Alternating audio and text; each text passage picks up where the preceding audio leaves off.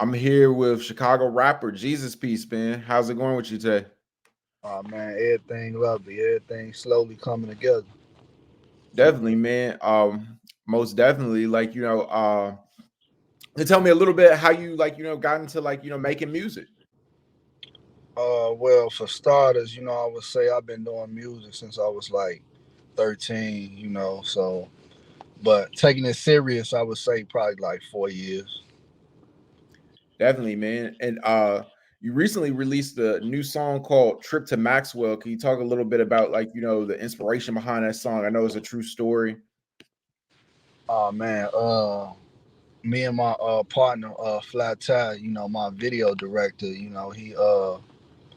got a firm like belief in my storytelling, so he always throwing little topics at me and shit, and like, Mhm. man, what can I make a story of? So he brought the idea to me and like, man, I think you should bring this to life. This a real event that took place and people was affected by it. I want to see what you can do with it. So I took that advice and I wrote it, and then here you have it.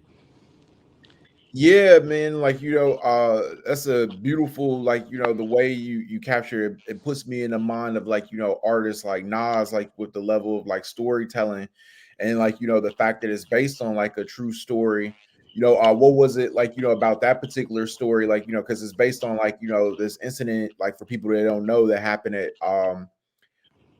the Maxwell hot dog stand in Chicago. It's on the south side, and basically this older lady, she was ordering a hot dog, and her son ended up defending her from somebody who was attacking her, meant her harm, and I think she beat the charges. Yeah, for sure.